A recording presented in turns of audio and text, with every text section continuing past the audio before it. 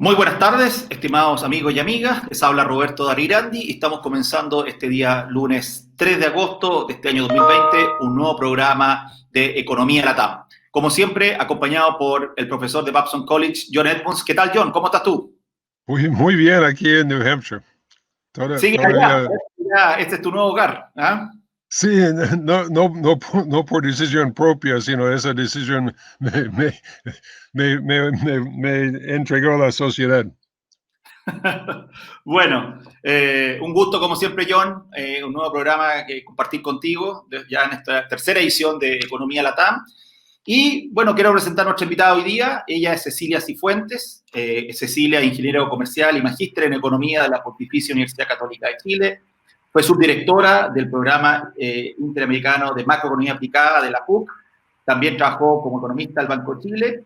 Y después de una larga carrera como investigadora, hoy día dirige el Centro de Estudios Financieros de la Universidad de los Andes, el ESE Business School, y además es miembro de la Comisión Justicia y Paz de la Conferencia Episcopal de Chile. ¿Qué tal, Cecilia? ¿Cómo estás tú?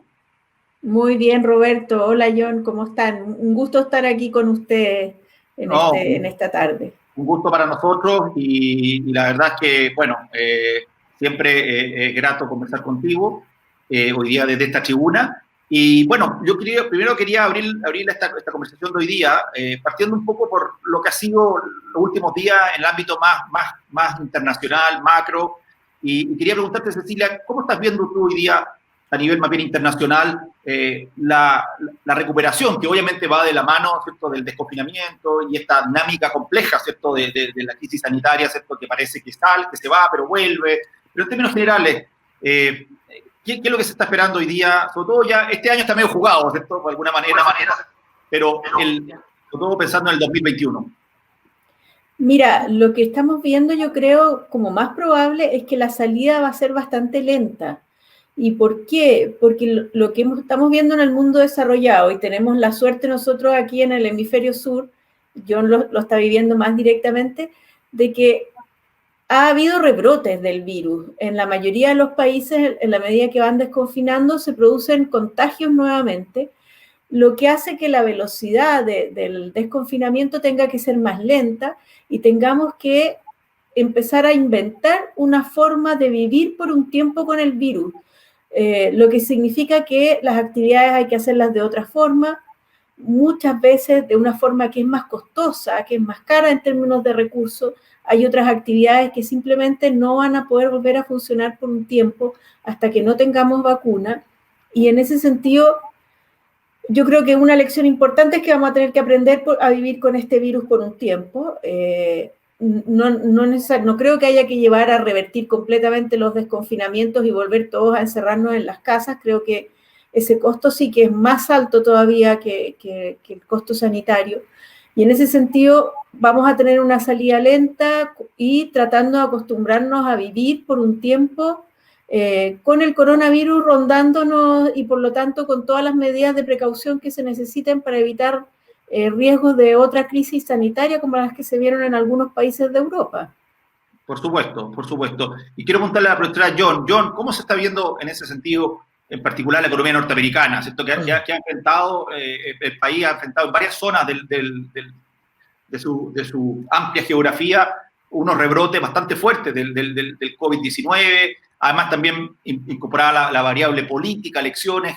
¿Qué se está conversando hoy día en Estados Unidos en ese sentido? Sí, el panorama aquí es bastante negativo, hay que decirlo primero, pero yo siempre estoy viendo el lado positivo y estamos teniendo mucho progreso. Y en el área de vacunas, estuve hablando con un amigo en la India y allá han inyectado ya como 10,000 personas con una vacuna que están produciendo en millones de dosis. También en Rusia, también en China, además de los varios proyectos de vacuna que están bien encaminados aquí.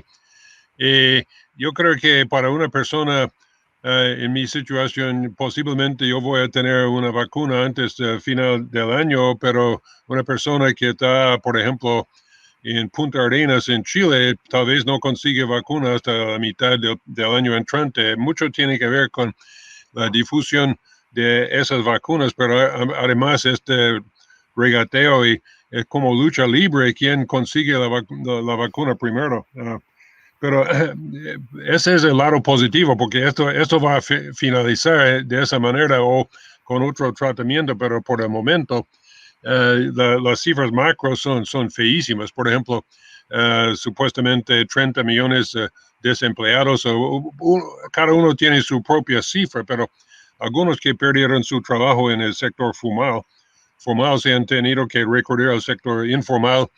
Y por eso no se sabe cuánto se está bajando el PIB, pero más que suficiente. No, el reto ahora para lo que es economía y finanzas es si el sistema puede aguantar estos atrasos de pagos. Todo el sistema está organizado para que yo trabajo hoy, me pagan al final del mes, y con ese pago del final del mes pago la hipoteca, pago la luz, etcétera. Pero si no voy a pagar la luz hasta noviembre, quién sabe cómo la compañía de la luz va a seguir generando, porque igual de ellos tienen que pagar su propia gente. Ahí está el reto para el sistema financiero. Para el sistema político, vamos a ver en los Estados Unidos, el Senado tiene la responsabilidad de chequeo y balance del Ejecutivo, y la Corte Suprema también. Y ninguno se ha destacado, para decirlo así. Inclusive la Corte Suprema parece que está lidiando con otras cosas que nada tiene que ver. Y el Senado, 51 votos por cualquier cosa que quiere hacer el presidente. 51 entre 100 y chao. Así es. Oye, y viendo ahora, volviendo a Cecilia, yendo un poco a la región, a América Latina, una región muy golpeada, ¿cierto? Muy golpeada, obviamente afectada por caída en precios de commodities, ¿cierto? Por la economía informal, como vimos sobre todo el caso de Perú. ¿Cómo ves ahí, ¿cierto? Lo que puede pasar en países importantes para nosotros como Brasil, ¿cierto? Que es un país que está también muy golpeado por el COVID, Perú, que también es un socio muy importante nuestro, bueno, Argentina, que tiene sus otros problemas, ¿cierto? Puntuales, pero en general, ¿cómo es un poco el entorno de la región en América Latina? El entorno de nuestros países vecinos yo creo que es bien dramático, esa es la realidad, sí. Porque si nosotros en Chile estamos viendo las consecuencias que ha tenido esta crisis, en los otros países han tenido mucho menos capacidad de respuesta, con excepción de Perú a lo mejor, pero todo el resto de los países no tienen capacidad de endeudamiento fiscal y por lo tanto, y tampoco han podido afrontar bien desde el punto de vista sanitario la crisis. Entonces, la situación, la verdad que en los países vecinos yo la veo muy compleja. Es muy difícil lo que está pasando y para esos países la verdad que la salida va más que nada y que nos decía John que probablemente se va a demorar un poco por tener ya una vacuna. Hay países que ni siquiera están pudiendo testear bien los contagios. Leía la noticia recientemente que, por ejemplo, en Paraguay no quedan test. Entonces, con excepción bueno, Uruguay, que ha logrado manejar mejor la crisis, yo diría que en segundo lugar, de buen manejo de crisis, a pesar de los problemas que tenemos, está Chile. Y en ese sentido, la situación para el resto, en términos fiscales y en términos de riesgo sanitario, todavía ninguno de esos países llega al pic de contagio. Entonces, la verdad que la situación del resto de América Latina es muy, muy dramática. Yo de acuerdo con eso, y para darle una idea de la condición del mundo, la libra esterlina estaba ganando frente al dólar, que llegó a un nivel que no había tocado por mucho tiempo. Y curiosamente se retiran de la Unión Europea. Su primer ministro, el primero que ha ganado una elección decisivamente por muchos años, por lo menos sobrevivió a esta enfermedad, pero él no va a negar que es cosa seria. Pero yo creo que la libra esterlina está subiendo no por virtud de ellos, sino por delitos de los demás. Y totalmente de acuerdo con lo que usted dice sobre Chile, cómo ha podido reaccionar ante eso. Y no es que lo haya hecho bien, es que los otros lo han hecho peor. Y lo peor de lo peor tiene que ser Brasil. Sí, bueno, sí. El caso brasileño es un caso bien especial, por decirlo así, ¿no? Bastante complicado.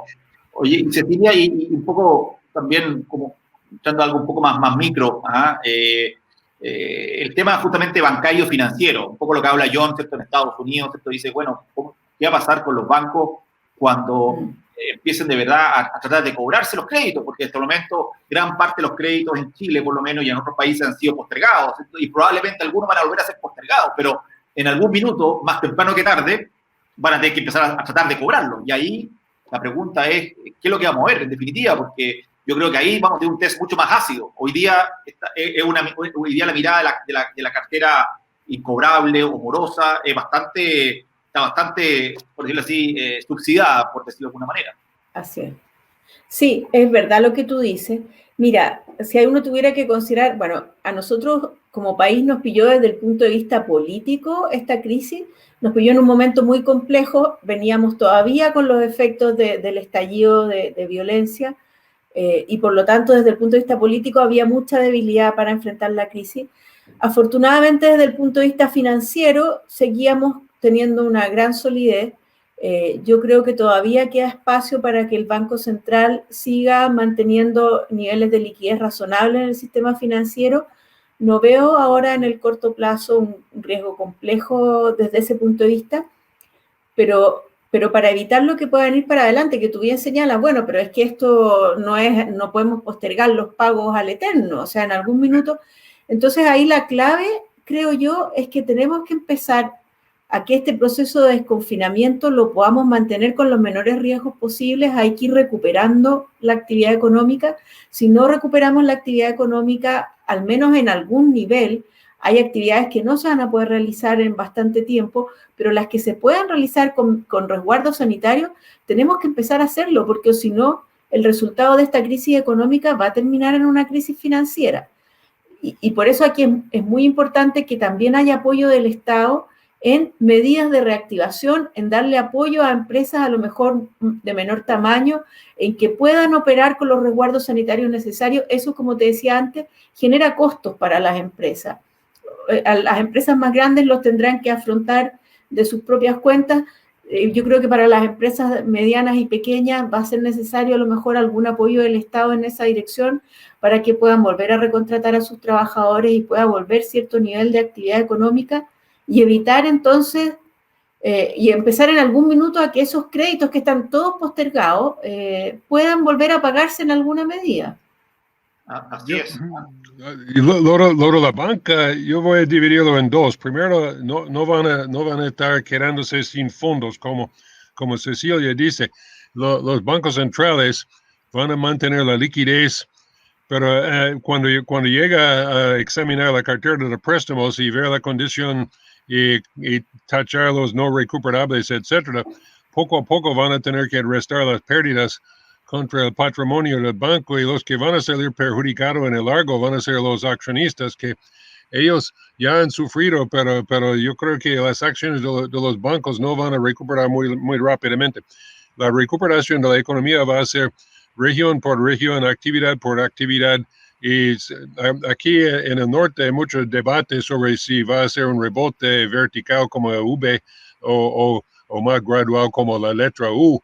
Pero yo creo que ninguno capta la realidad. La realidad es que algunas actividades ya nunca bajaron. Por ejemplo, Amazon, por ejemplo, Facebook, ese tipo de gente que vive en la red. Y otras actividades que no vuelven por un año o 2 años más. Por ejemplo, los cines, los restaurantes donde no hay forma de poner las mesas afuera. Caso por caso y región por región. Por eso es difícil de calibrar para cuando los indicadores macroeconómicos se hayan recuperado a determinado nivel. Y no creo que deberíamos enfocarnos en eso, sino cada cual debería pensar qué voy a hacer yo, como primero cómo voy a vivir al otro lado de esto, y qué voy a hacer después, porque mi trabajo antiguo probablemente no va a ser como antes, o posiblemente no exista. Bueno, ahí hay un tema de fondo. De hecho, lo que tú señalas, John, Amazon ha alcanzado niveles récords. Pero yo soy cliente de ellos. Porque a mí me llegan y traen la caja de cartón y lo ponen delante de la puerta. Y lo puedo dejar ahí. Si los osos no lo comen, lo consigo yo. Yo pensaba que tú eras una gente importante dentro de Amazon. Sí. Oye, y eso es un punto bien interesante lo que señala John. Claro, que en el corto plazo es bien disruptivo, este reinventarse en el fondo, pero finalmente, y no en una mirada tan de corto plazo, eso tiene que ver al final con el desarrollo económico, es este proceso de destrucción creativa que hablaba Schumpeter, nos está obligando a esta crisis a que, como decía John, a lo mejor muchas personas van a tener que decir, ahora voy a tener que hacer algo distinto. Porque lo que yo hacía no lo voy a poder hacer de la misma forma o simplemente esa actividad, bueno, eso en el corto plazo es costoso, pero la verdad que en el mediano plazo ese es el impacto positivo de las crisis, porque de ahí surge la creatividad, y yo creo que la creatividad finalmente es la causa de fondo del desarrollo económico. Así que hay que tratar de mirarlo, a pesar de lo difícil y duro que es en el corto plazo. Los seres humanos tenemos una capacidad de adaptación fantástica, y son estas circunstancias a veces tan difíciles las que nos obligan a hacer cosas que no pensábamos que íbamos a hacer. Yo ahora estoy haciendo puras clases online. Si me hubieran dicho, no sé, hace un año atrás, oye, tú vas a estar haciendo todas tus clases online, yo hubiera dicho, no sé hacerlo, no voy a poder, pero bueno, de alguna forma somos capaces de reinventarnos en el fondo. Sí, esta situación exactamente como usted dice, como Schumpeter, pero en esteroides a doble velocidad. A mí me gusta que lo de gas natural y lo de petróleo están perdiendo su importancia en el mundo porque siempre ellos son los que han controlado el gobierno en Washington más que ningún otro grupo de presión o partido político. Pero muy rápidamente, demasiado, porque mucha gente está perdiendo su trabajo. Una área como Houston, donde hay mucha gente que ganaba la vida perforando hoyos en la tierra para encontrar algo que está ahí a fondo de 2,000 metros, pero nadie quiere hacer eso ahora porque ya tenemos suficiente sobre la superficie del mundo para satisfacer nuestras necesidades. Pero eso implica que mucho capital está ocioso y obsoleto y se va a vender como chatarra. Ningún sistema puede aguantar esa transición tan brusca y rápidamente. Por eso parece mentira, pero yo estoy más contento que el precio de petróleo crudo haya subido a $40. No creo que no quiero tampoco que llegue a 40, pero mejor volver a 40 para suavizar el declive de una industria que, bueno, ya dije que pienso en ellos, porque son ellos que me han controlado el gobierno aquí en donde yo vivo. Yo no tengo nada que decir. Votando en Massachusetts es lo mismo que no votar en Massachusetts. Nunca afectamos el resultado.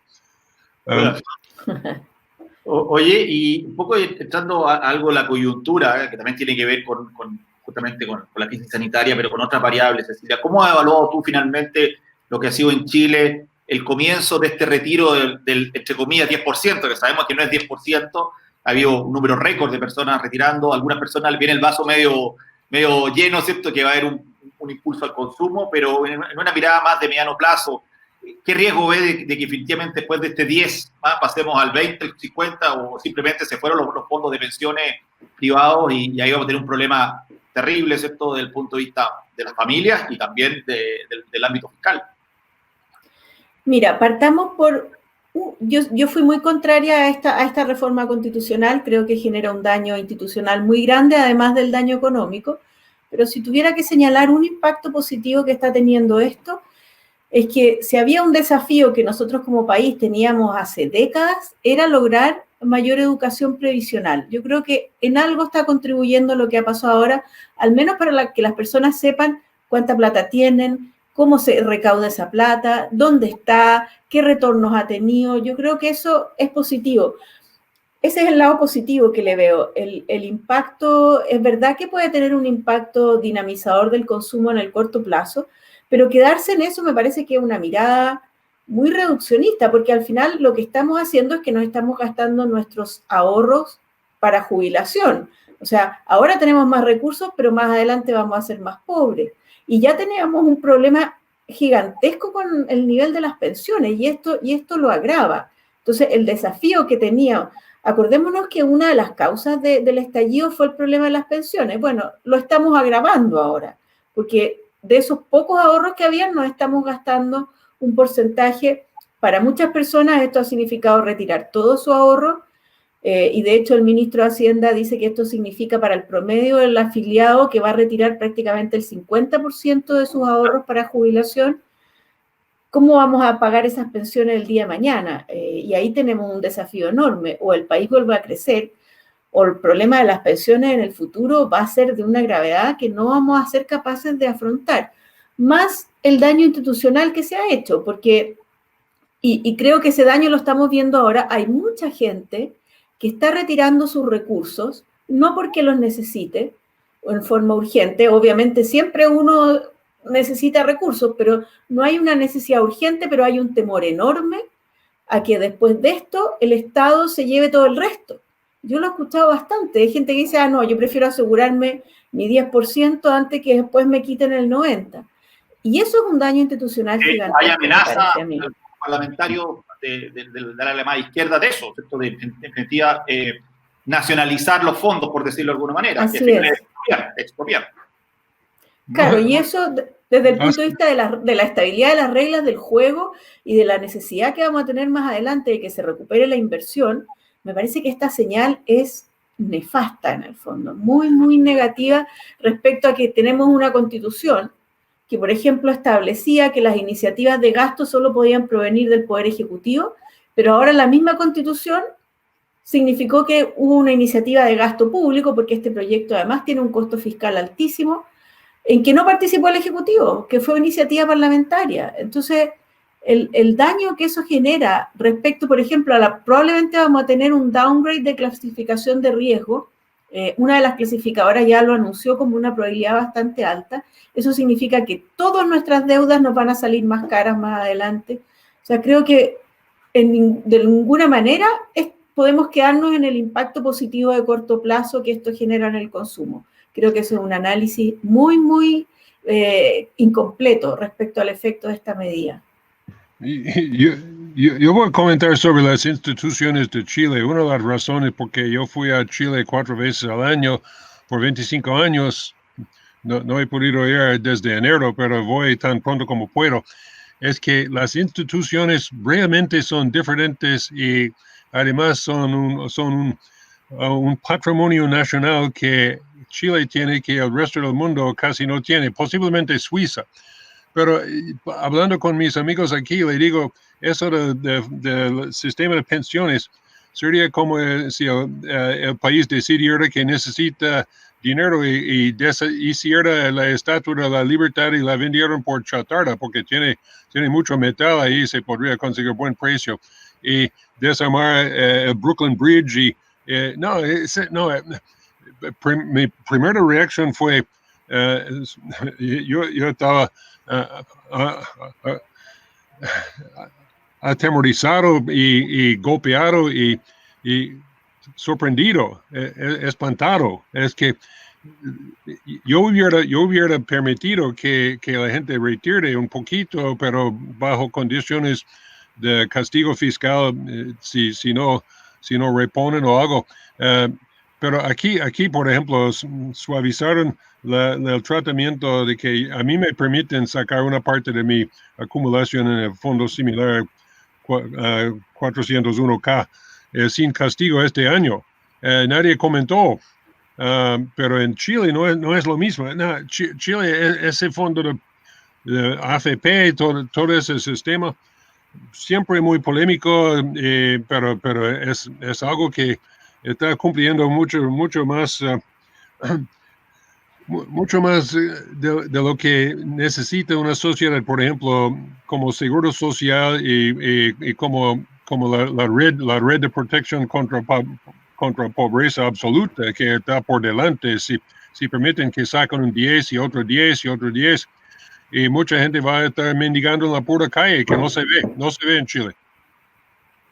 Así es, pues, bueno, efectivamente acá, y coincido plenamente con Cecilia y yo, acá estamos enfrentando un tema que es estructural, que es un cambio de alguna manera bastante dramático en la manera en que nos hemos de alguna manera desenvuelto en las últimas décadas, y por tanto creo que ahí hay una señal que es peligrosa, bastante peligrosa, sobre todo pensando en que pueden venir cambios constitucionales, ¿cierto? Si finalmente, ¿cierto?, tenemos este plebiscito y gana la opción, ¿cierto?, de aprobar una eventual, ¿cierto?, desarrollar una eventual nueva constitución. Incluso, Cecilia, hemos visto que algunos han planteado hasta eliminar la independencia del Banco Central de Chile, que creo que también es otra de las institucionalidades que son esenciales, básicas, para mostrar lo que ha sido el desarrollo de Chile en los últimos 30 años.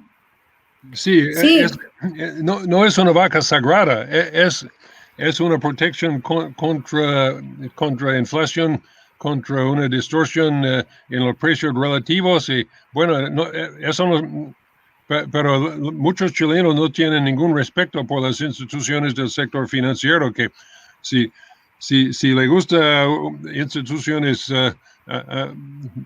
flojamente administradas, pueden ir a otro país y fácilmente encontrarlas, pero yo pensé que los chilenos estaban muy de acuerdo con cierta parte de sus instituciones y ya no quieren nada que ver con nada de eso. claro, porque hay que sumar a esto, y comentaba John que en otros países, que en Estados Unidos se ha permitido un retiro transitorio de ahorros que estaban para la vejez, y yo creo que en otras circunstancias políticas distintas a las que estamos viviendo ahora, uno podría haber discutido desde el punto de vista técnico una medida de este tipo. Se sugirieron varias alternativas también por académicos de compensemos esto con mayor edad de jubilación o veamos una forma que sea un crédito que se pague, pero la discusión no fue técnica. Esto se fue del ámbito técnico y se fue a un ámbito absolutamente político y de deterioro institucional. Entonces, en ese sentido, la señal fue muy negativa porque, por ejemplo, para mí es bien inexplicable como política pública que aquí se haya permitido que la gente de altos ingresos haga estos retiros sin pagar el impuesto que corresponde. Porque, ¿cuál puede ser el objetivo de tomar una medida así? Si hay alguien que va a retirar solo por el beneficio tributario, quiere decir que no son recursos que necesite, sino que está simplemente tratando de aprovechar un regalo tributario bien significativo que se está dando. Entonces, al final, ¿cuál fue el objetivo de hacerlo de esta forma?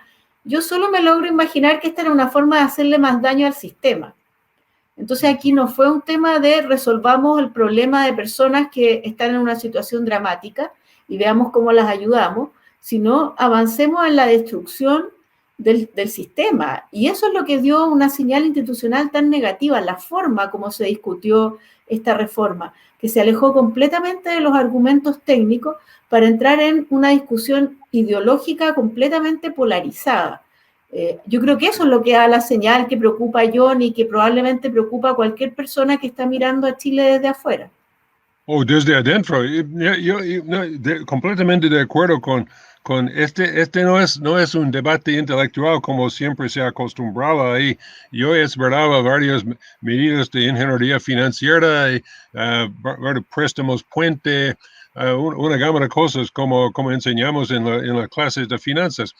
Lo que yo vi estando ahí en noviembre, justo después del estallido del octubre, un rechazo visceral por mucha gente que antes yo pensaba que estaban más o menos de acuerdo y estaban echando a perder todo lo que había sin realmente plantear algo productivo y consenso que lo podría reponer. Yo pensé francamente que había tomado el avión que no era. Yo le estaba preguntando a gente, ¿por qué no me dijeron que yo iba a Buenos Aires? Era Buenos Aires, pero con otro acento. Sí, y sin los filetes. No, siempre hay filetes, pero... Claro, exactamente. Oye, para ir terminando nuestro programa, Cecilia, hay un poco una mirada más de mediano plazo. ¿Por dónde tú crees que vamos a tener los mayores niveles de recuperación y actividad, sobre todo pensando ya el 2021 para adelante? ¿Cuáles son los sectores, las industrias que ustedes están viendo como más activas y donde probablemente va a ocurrir parte de esta reasignación de recursos, etcétera? Bueno, mira, yo creo que aquí hay que pensar sectores que de alguna manera puedan seguir operando a pesar de las restricciones sanitarias. Y uno muy claro ha sido la minería. Y yo creo que otro que debería también poder recuperarse, además con ayuda, ojalá, de políticas del gobierno en materia de concesiones, es el sector de la construcción, porque además es bien intensivo en mano de obra y en ese sentido los planes de recuperación que haga el gobierno me parece que deberían tener un foco bien importante en este sector, en recuperar el sector de la construcción. Hay rubros de la industria que también pueden operar en condiciones sanitarias bastante seguras. Claro, lo que vamos a tener más rezagado, y eso es un problema desde el punto de vista del empleo, son los sectores de servicio, porque ahí ya es más difícil superar barreras sanitarias. Y creo que también los sectores que están vinculados de alguna manera al comercio exterior, porque a pesar de que probablemente la recuperación en el resto del mundo no va a ser lenta y no va a ser muy dinámica, sí, yo creo que, por ejemplo, China va a tener crecimiento positivo y vamos a poder por ahí mantener al sector exportador con algún grado de dinamismo que nos atenúe los efectos negativos. Si nosotros pensamos que la economía este año podría caer un 7%, yo creo que en un escenario, dejando de lado el tema de riesgo institucional político, un escenario razonable es que al menos recuperemos la mitad de esa caída del año 2021. Por lo menos un crecimiento de 3 o 4% debería ser factible, basado en planes de reactivación del gobierno y en un mayor impulso externo. El problema es que tenemos el riesgo institucional involucrado ahí, y esa es una variable muy difícil de predecir sus efectos, y las señales no son muy auspiciosas por lo que nos ha mostrado el mundo político hasta ahora, esa es la verdad. Así es, ¿no? Efectivamente. John, Alma. Voy a mencionar las empresas que entregan servicio en casa, por ejemplo, Amazon, Facebook, etcétera, que le ha ido muy bien. Eso sería, parece mentira, pero sí la parte defensiva de su portafolio, pero especulativo sería los barcos de lujo que salen de Florida y van al Caribe. Bueno, yo no me monto en un barco así probablemente nunca, pero muchos lo están haciendo. Y además, a mí me gustaría ir a Europa, que hace tiempo que no he estado, por ejemplo, en París, en Madrid, en Roma, pero no voy. Yo estoy aquí con tiempo y con dinero y no voy. Y así, si uno quiere especular, puede pensar que las aerolíneas van a recuperar, pero probablemente mucho más rápidamente que los cruceros, estos barcos de lujo, que fue un negociazo, pero ya no, ya es una receta al cementerio. Así es. Oye, bueno, la verdad es que ha estado súper entretenido esto. Podríamos estar acá hablando varias horas.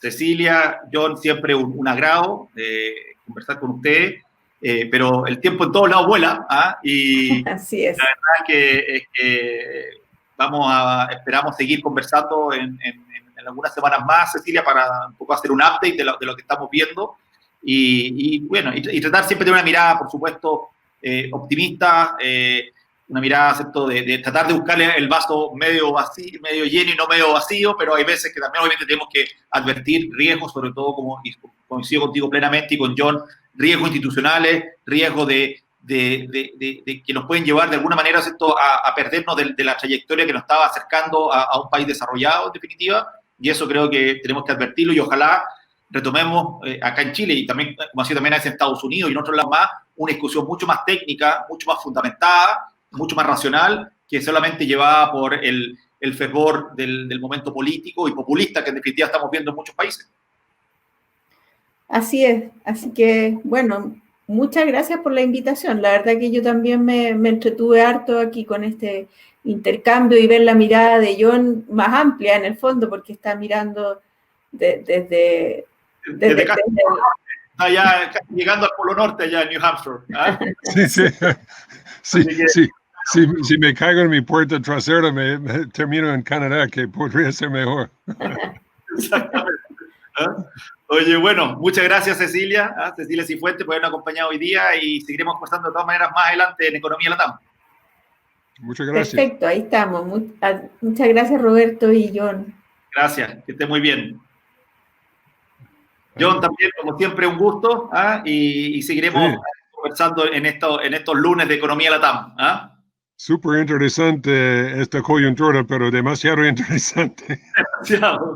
Podría ser un poquito menos. Sí. Ya, bueno, John. será, si Dios quiere, te veré dentro de una semana. Eso, exactamente. Que estés bien, John. Saludos por allá. Gracias. Hasta luego. Adiós.